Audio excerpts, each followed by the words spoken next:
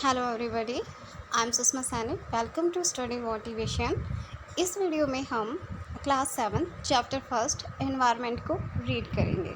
इसमें सबसे पहले एक स्टोरी बताई गई है जो कि एक रवि नाम के लड़के की होती है। आफ्टर द वेकेशन, लंबी छुट्टियों के बाद रवि स्कूल में जाना स्टार्ट करता है। वो नोटिस करता है कि जो उनका प्लेग्राउंड था उस पर अब खुदाई की जा रही है। पीपल सैड लोगों ने बताया कि यहाँ पर बड़ी बड़ी बिल्डिंग बनेगी जिसमें बहुत सारे फ्लैट्स होंगे। रवि यह सब सुनने के बाद उसकी आंखों में पानी आ जाता है। वह महसूस करता है कि अब उसका बड़ा प्लेग्राउंड जिस पर सॉफ्ट ग्रास, कोमल घास, मैरीगोल्ड्स के फ्लावर या तितलियाँ आती जाती रहती थी, अब वह प्लेग्राउंड नहीं रहेगा। वह अपनी इस फीलिंग्स को अपने क्लासमेट के साथ शेयर करता है और असेंबली में उनके प्रिंसिपल भी उन्हें सैडली ऑब्जर्व कर रहे होते हैं और उन्हें बताते हैं, देखो हमारा इन्वायरमेंट बदल रहा है। इन दी क्लास, जब क्लास में टीचर आते हैं, रवि टीचर से पूछता है what is environment. What ever teacher उन्हें रिप्लाई करते हैं कि जो कुछ भी तुम अपने आसपास देख रहे हो वह सब इन्वायरमेंट है।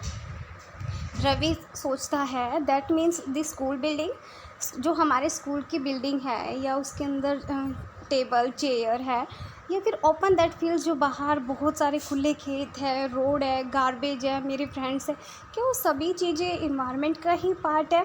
तो टीचर उन्हें कहते हैं हाँ, ये सभी इन्वायरमेंट का ही पार्ट है। लेकिन उन्हें टीचर बताते हैं कि लेकिन कुछ चीज़ें होती है जो नेचर द्वारा क्रिएट की जाती है और कुछ चीज़ें होती है जो ह्यूमन मेड होती है।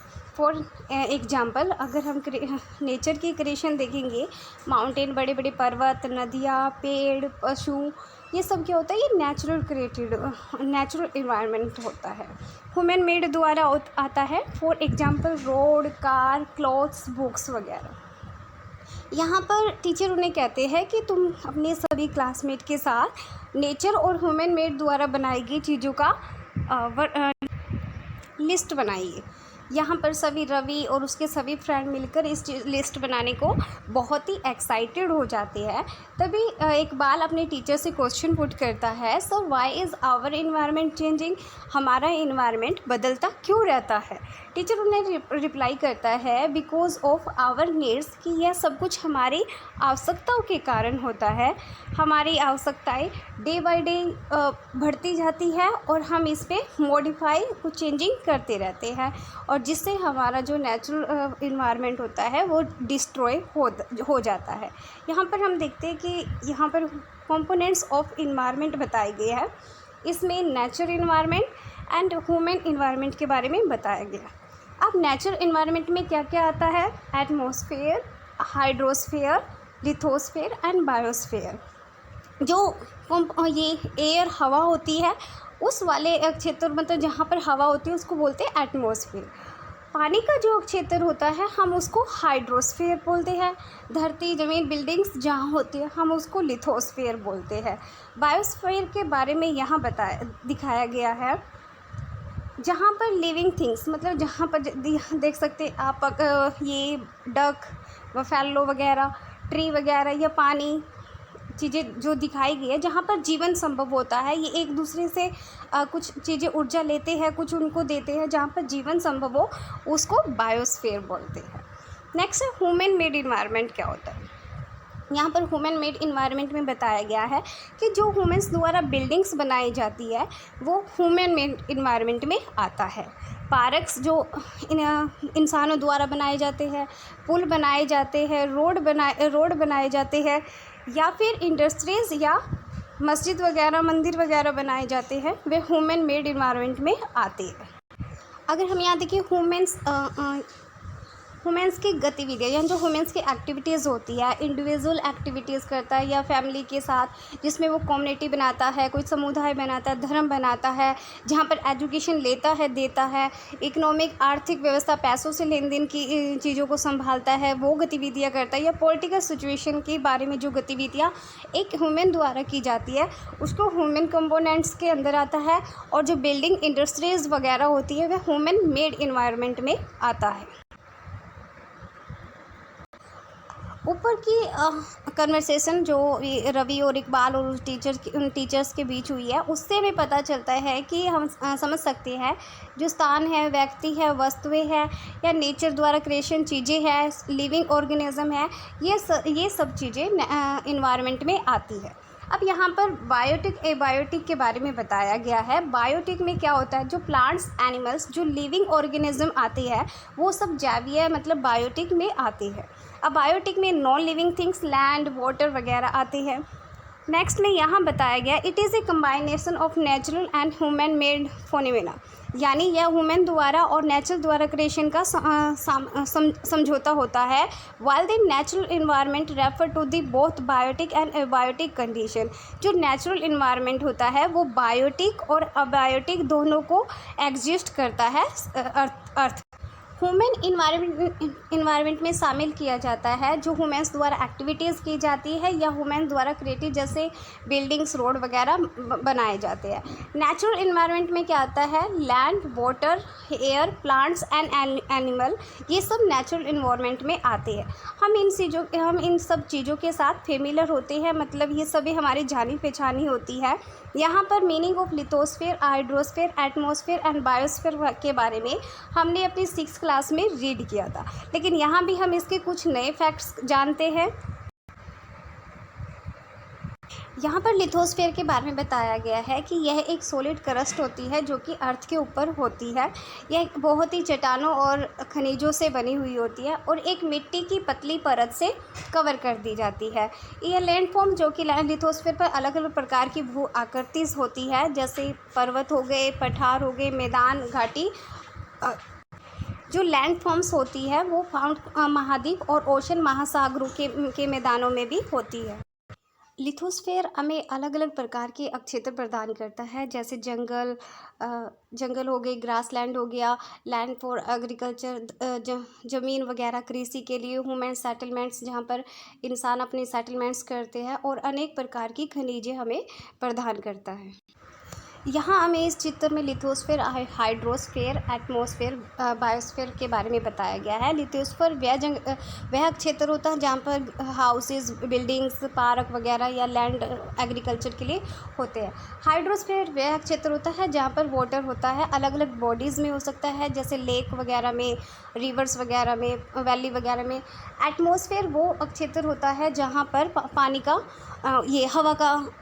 हवा होती है। बायोस्फीयर वह क्षेत्र है जहाँ पर ये सभी चीज़ें मिलकर जीवन को संभव बनाती है, उसको बायोस्फीयर क्षेत्र बोला जाता है। यहाँ पर फिर से वही बात बताएगी, हाइड्रोस्फीयर वह क्षेत्र होता है जहाँ पर पानी होता है, उसको हाइड्रोस्फीयर बोलते हैं। ये अलग अलग बॉडीज़ में, वाटर में डिफरेंट टाइप्स में हो सकता है, जैसे नदियों में, झीलों में, सागरों में, महासागरों में हो सकता है। यह हमारे लिविंग ऑर्गेनिज्म जो लिविंग थिंग्स होती हैं उनके लिए बहुत ही ज़रूरी होता है।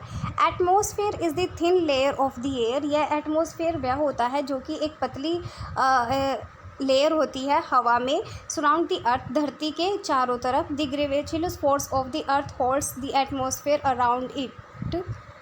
यह हमें प्रोटेक्ट करता है अलग अलग जैसे सन की रेस से, जो कि हमें बहुत ही मतलब सन की जो हीट होती है उससे झुलसा देने वाली गर्मी से हमें प्रोटेक्ट करता है। इसमें बहुत सारी गैसेस, डस्ट वगैरह होती है जो कि वाटर वेपर बनाती है, जो कि एटमॉस्फेयर को चेंज करती रहती है। कभी सर्दी कभी गर्मी, जो चेंजिंग हमारा वातावरण में होता है वो सब एटमॉस्फेयर के इन गैसेस और डस्ट के कारण ही होता है। प्लांट्स जो पौधे होते हैं, पशु होते हैं, यह सब मिलकर बायोस्फीयर को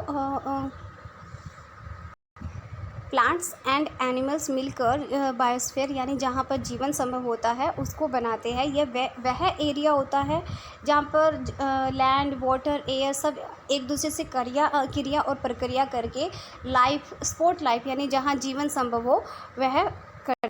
अब यहाँ पर इकोसिस्टम की बात हो रही है। यहाँ पर रवि और उसके क्लासमेट एक एनसीसी कैंप में गए हुए होते हैं, जहाँ पर जैसी exclaimed what a heavy downfall, जो जैसी होती है वो उनको बताती है कि यहाँ पर मतलब बहुत ही भारी वर्षा हो रही होती है।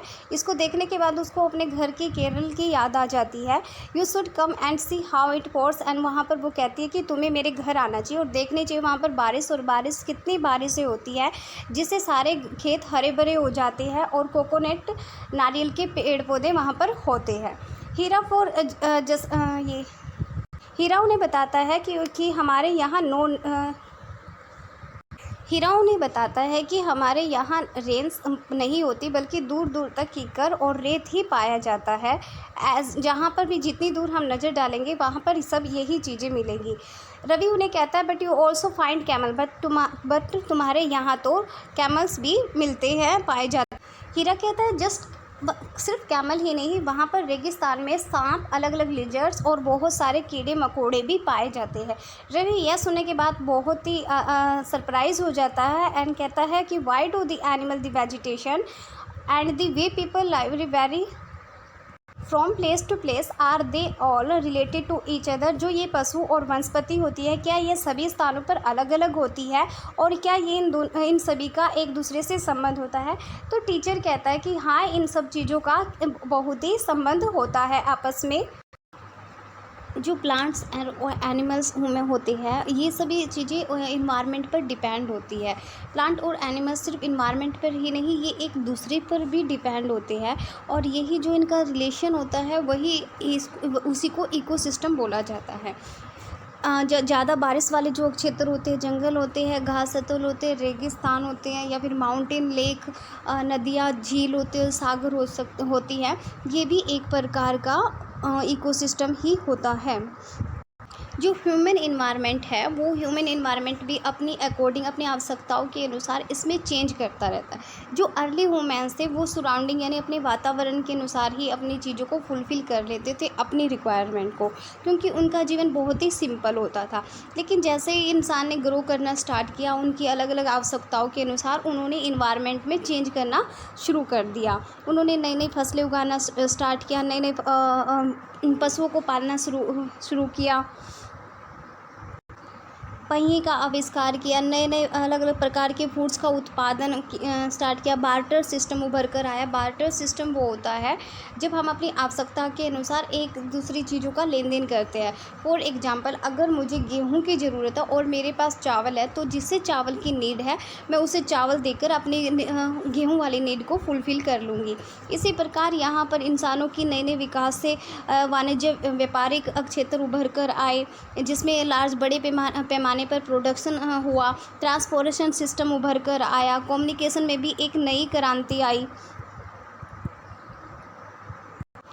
क्या आपने कभी सोचा है कि हम गर्मी के मौसम में वाटरमेलन का जूस ही क्यों पीते हैं या सर्दी के मौसम में हम गर्म मूंगफलियाँ या गर्म चीज़ों का ही क्यों सेवन करते हैं?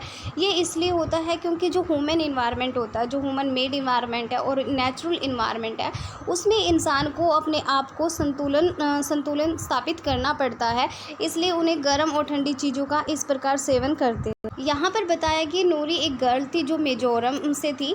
रवि को अपने प्लेग्राउंड खोने की वजह से वो उसे कहती है कि जब नेक्स्ट वेकेशन होगी तो तुम मेरे घर पर आना, मैं तुम्हें वहाँ का मौसम बताऊँगी, वहाँ के इन्वायरमेंट के बारे में तुम्हें बताऊँगी। तो यहाँ पर रवि जो होता है वो अपने टीचर से इस बारे में पूछता है, तो टीचर उन्हें कहता है ठीक है, जहाँ तुम नेक्स्ट वेकेशन पर जाना चाहते हो उन चीज़ों की एक्टिविटीज़ अपने घर जाकर उन चीज़ों को ड्रॉ करके लेके आना। Thank you.